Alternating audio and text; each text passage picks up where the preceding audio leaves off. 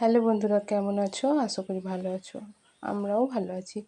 আমার আজকে এই ব্লগটা যেখান থেকে দেখছো, আশা করবো সকল বন্ধু ভালো আছো, সুস্থ আছো। আমরাও সুস্থ আছি। আমি আবারও চলে এসেছি নতুন একটা দিনে, নতুন সকালে, নতুন একটা ব্লগ নিয়ে। আশা করি তোমাদের সকলেরই খুব ভালো লাগবে। আজকে ব্লগটা আমার কাছে খুবই স্পেশাল এ কারণ আজকে ব্লগটা সকালবেলায় একটু আমার বর ক্যামেরাটা ধরে দিয়েছে।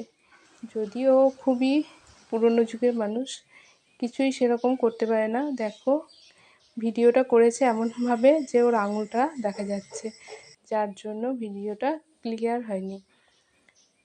অনেক পুরনো, কিছুই করতে পারে না ফোনে সেরকম। যাই হোক, ধরে দিয়েছে, এটাই অনেক আমার কাছে। আর আমি এই দেখো সকালবেলায় উঠে সকাল সকাল উঠোনটা ঝাড় দিতে লেগেছি।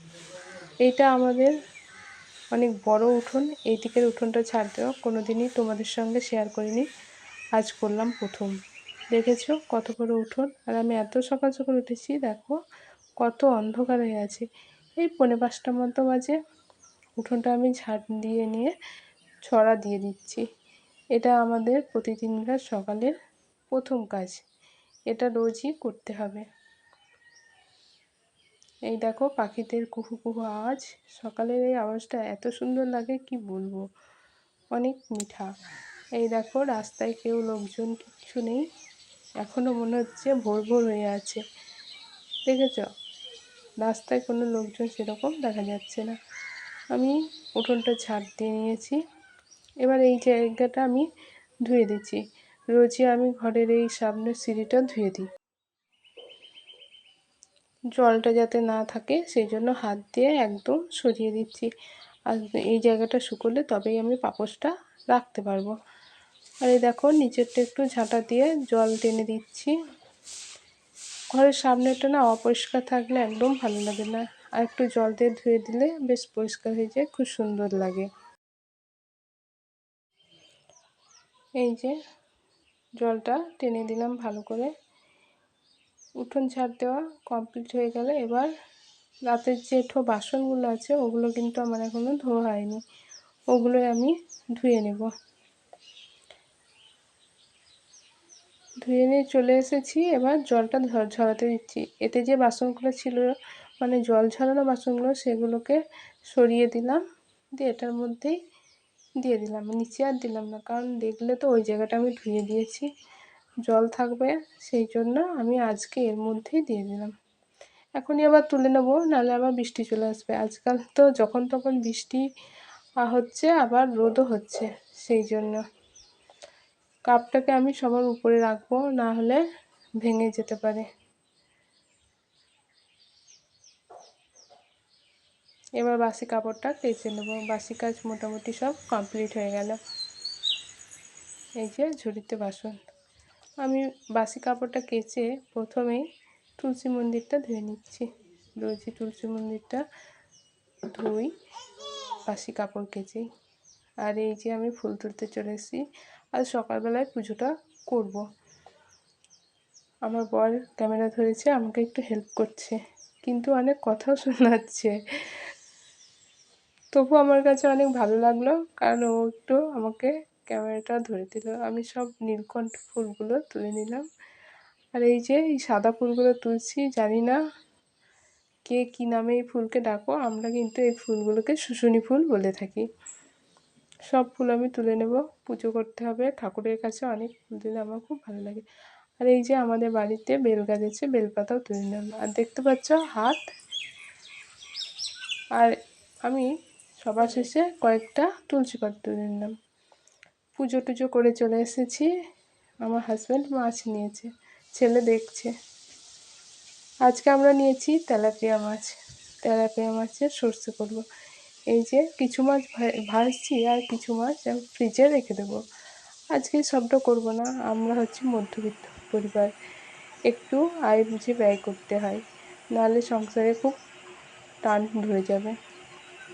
একটু ভালো গৃহিণী হতে চেষ্টা করছি, জানি না কতটা হতে পারবো। তারপর আর কোনো ব্লগ করিনি। বিকেলবেলায় কিছু এঁঠো বাসন ছিল, সেগুলো ধুয়ে নিচ্ছি।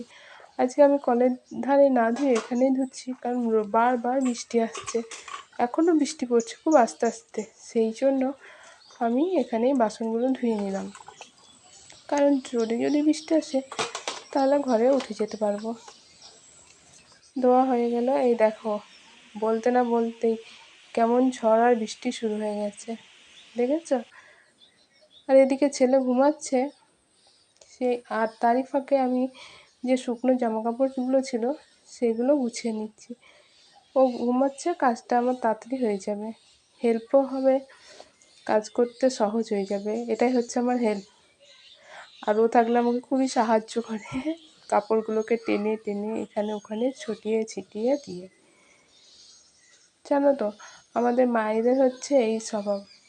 ছেলে যদি কোথাও মানে কারোর সঙ্গে যায়, দূরে যায়, অনেকক্ষণ না আসে, তাহলে তখন মনটা কেমন করে, ছেলেটা কখন গেছে এখনও আসলো না, ভাল লাগছে না। আবার যখন কাছে থেকে দুষ্টুমি করে তখন আবার রাগ লাগে, যে মনে হয় বাবু তুই এত বদমাশ করছিস, দেখ তোকে মারবো, আমার আর ভালো লাগছে না, কেন এত দুষ্টুমি করছিস। এটাই হচ্ছে হয়তো মা। আগে এত বুঝতাম না, এখন মা হওয়ার পর মায়েদের এই অনুভূতি, ফিলিংস যাই বলো না কেন, সবই আস্তে আস্তে বুঝতে পারছি। আগে তো মায়ের সাথে কত রাগ অভিমান করেছি, আর এখন সেগুলো মনে পড়ে যে আমিও তো মায়ের সঙ্গে এরকম করলে অবশ্যই ভালো লাগবে, খারাপ করলে হয়তো খারাপ লাগবে, তবুও মানিয়ে নিতে হবে, এটাই হচ্ছে জীবন। যাই হোক, আমার এত ভেবে এখন থেকে লাভ নেই, আমার ছেলে এখন অনেক ছোট আছে, ও আগে বড় হোক তারপরে দেখা যাবে। এই দেখো, বিকেলে অবসর টাইমে আমি আমার ছেলের দুটো গেঞ্জি নিয়ে বসে পড়েছি। গেঞ্জিগুলো নতুনই, কিন্তু জানো বোতাম লাগানোর যে ঘাঁটিটা আছে ওটা একটু বড় হচ্ছে, দুটো গেঞ্জিরই সেম। দিয়ে যখন আমি বোতামগুলো লাগিয়ে দিচ্ছি, একটু টানলেই খুলে যাচ্ছে, আর ছেলে গেঞ্জি খুলে ফেলে দিচ্ছে।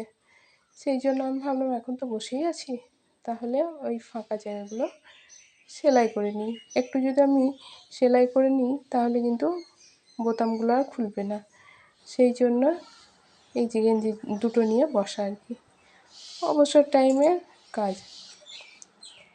আজকের মতো ব্লগটা এখানেই শেষ করলাম, আশা করি তোমাদের সকলের ভালো লাগবে,